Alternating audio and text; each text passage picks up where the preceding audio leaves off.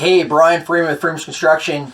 Today I wanted to talk to you about septic systems for accessory dwelling units or ADUs. If you're in San Diego County and you're wanting to put an ADU or an accessory dwelling unit on your property and you're not on a city sewer, you don't have access to city sewer, then this is something that you definitely have to pay attention to. So when you are either buying a property or considering putting an ADU on an existing property that you own, the first thing you need to look at, if you do not have a large piece of property, I mean, this could be like an acre or less, you're potentially a little bit larger, depends on the way your land's laid out and the usability of your land for putting a septic system in. But you are going to need to evaluate right from the very beginning if you can get a septic system on there for that ADU. So we typically will start working immediately with a septic engineer on a problem property to establish the layout. But what happens is you already have your primary residence and you have an existing primary system, the septic system, which is your leach field. Could be a potential seepage pit, or it could be leach lines, depends on the percolation rate. But that's going to cover a certain amount of area, the primary system that's already in there.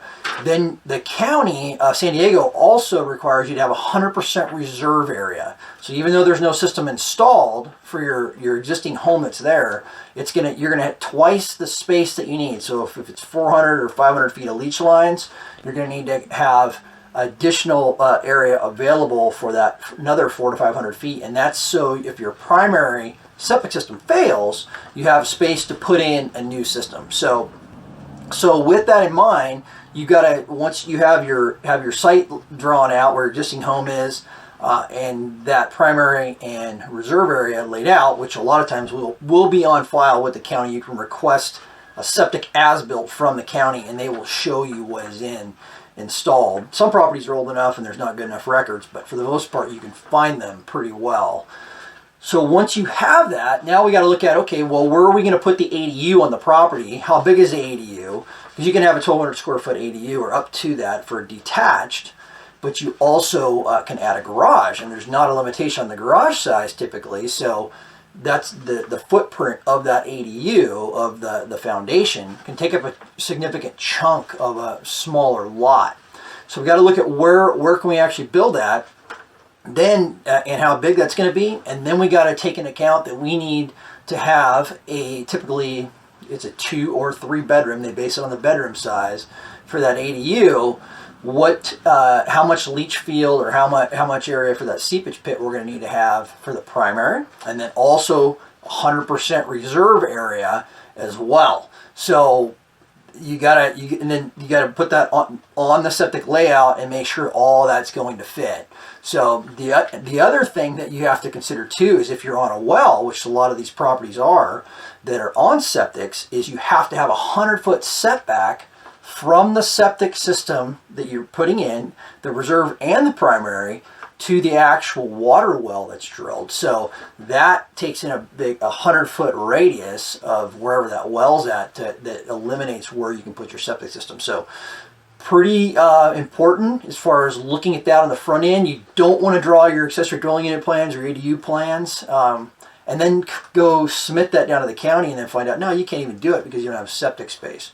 So another thing to consider is you need to make sure that you know the percolation rate for the existing septic system that you have in. What was the testing done on the soil? Basically how they fill up a hole with water, and how long does it take for that water to go down every inch. So and they measure that in amount of minutes. So if you're under 30, you can have a seepage pit. If you're above 30, you're going to be leach lines. Seepage pit typically takes a little bit less. It's going to take less area to put a seepage pit in, but you also have to consider the groundwater. So if you have high groundwater, seepage pits are not going to work. So, okay, and then one additional thing that you can do, so if we have a limited area or we have high groundwater as far as getting a septic system in for an ADU, is we can put an alternative septic system in, or an ATU, and that will allow us to, they're only like 6 inches deep, the system is, versus going a lot deeper for a standard system. So we can put those in high groundwater areas and they take up less space typically, so you're able to get you're able to maybe fit the reserve, show that as the reserve area, taking up less space, and then we're able to get that ADU to fit on the property. So there's a ton of variables. The other thing, and we're actually working on this project right here, right now, this has an existing home on it that's going to turn into the ADU, and they're going to put a new home on this property. This one has a flow line where the water comes through. Off of that flow line, where the water's at, there's a 50-foot setback required. This particular ditch, I think, is too large to where we can't actually put concrete in this ditch to line it.